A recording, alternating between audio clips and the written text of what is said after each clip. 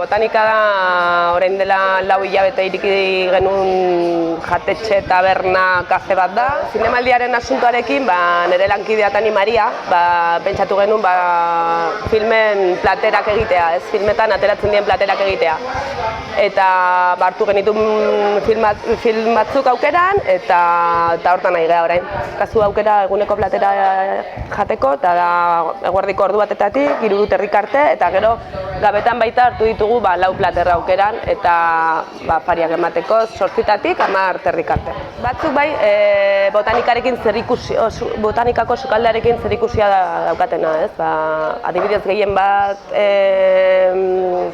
ateratzen nahi gana da Blade Runnerreko tailarinak, ez? Rollo asiatiko da. Hasi ginenetik, ez, jendea oso ondo gara lanean eta oso pozik gaude, bai. Jendeai gustatzen zaio ideia eta oso harrera ona ideu.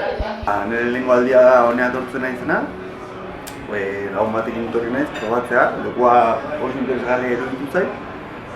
Eta, bueno, platerak eta zinemaldiaren kontuarekin lotuta, oso ideia proposa iruditzen zait, aste honetan, 2 aste hauetan ezagizun bat irauten dut zinemaldiak, egunera ateratzen dian pelikulekin, aitzaki horrekin, platerak eta horri lotuta ateratzea.